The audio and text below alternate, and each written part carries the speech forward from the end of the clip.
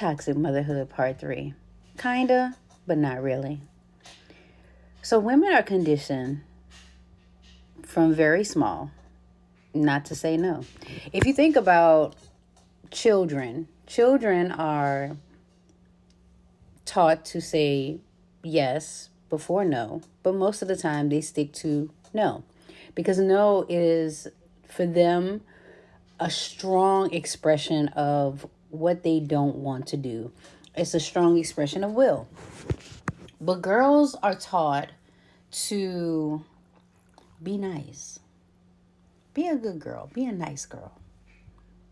And normally that very early teaches you to set aside what you're feeling inside of you and to participate in something that you initially said no to. Many times within the mother-daughter dynamic, you will have it where mothers will want you to do something and you will have to do it with your whole heart, because if you do it with half your heart, you will be scolded for not putting your all into something you didn't want to do in the first place. Acknowledging that you have moods as well. There are times when you don't feel like doing things. And we coined this as like laziness, like not wanting to do something was laziness, but maybe it was resistance to something that you didn't want to do in the first place, or resistance to all of the things that you have done prior to that. And now this one thing has become the recipient of all your no's because you didn't really want to do it. So you half-ass it.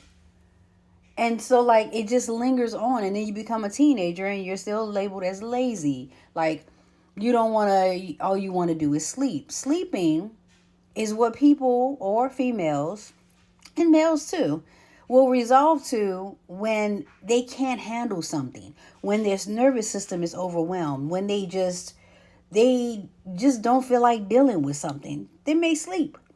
Some people sleep because they need rest. But I promise you, when I was a teenager, all the rest that I needed was because of all of the resistance that was happening within me, where I was doing things that I did not want to do. But I had no choice. So women are taught not to say no. And that is toxic as hell, because you become a mother who does not know how to say no. These babies come out and you're like, oh, I will give them my whole heart. Which now reinforces even more hardwiring the thing where you don't say no. You say maybe, not now, sometimes.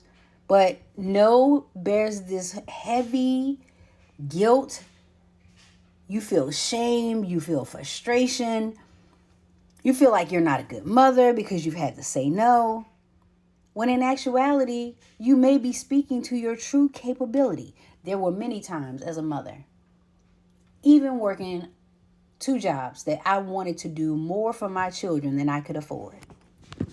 Because my excuse was they didn't ask to come here. So I would go out on 5 limbs for my babies. Because I was like, they didn't ask to come here.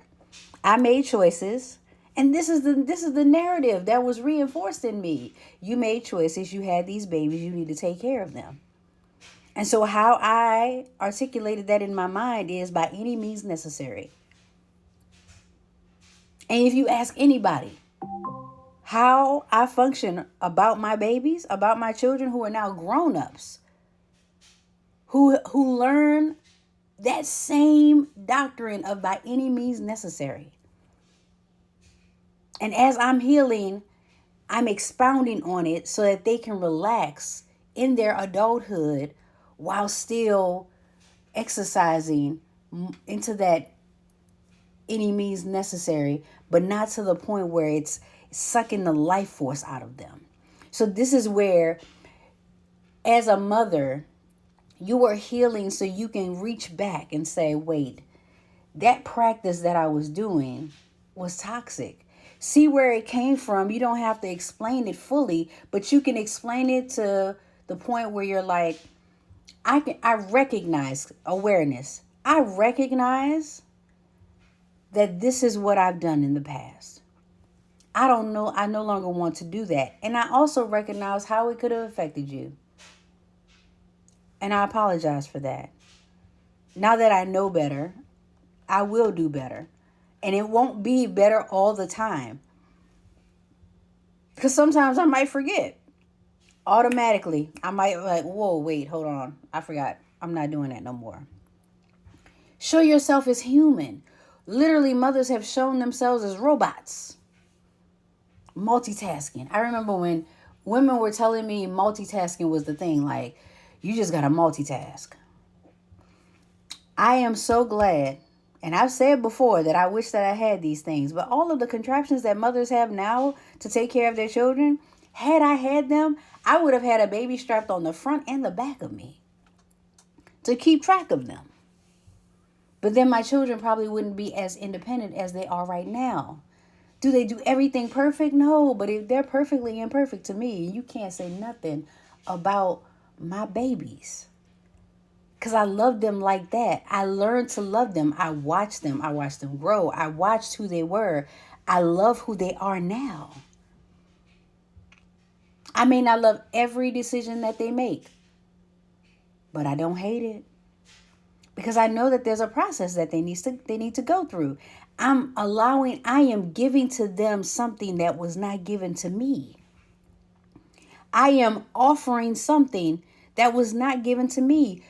As you heal as a mother, you offer to your children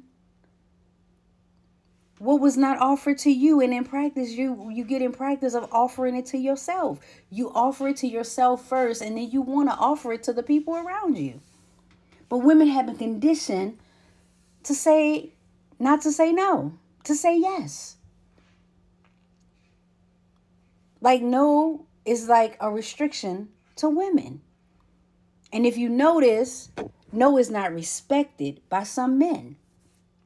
No is I'm just playing. No is oh, she just being a bitch right now. No is she must be on her period. She in a mood. But no is no. No does not depend on what's going on in my body. No is no. Like a hard no. And my no, after I think about it, may turn to a yes because I realize that I said no to something just because I can exercise no.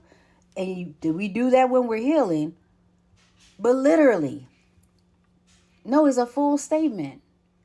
And there are some cultures who have been allowed to say no, but there are many, many cultures where women have not been allowed to say no. And so what they do is they don't say no and they don't say yes.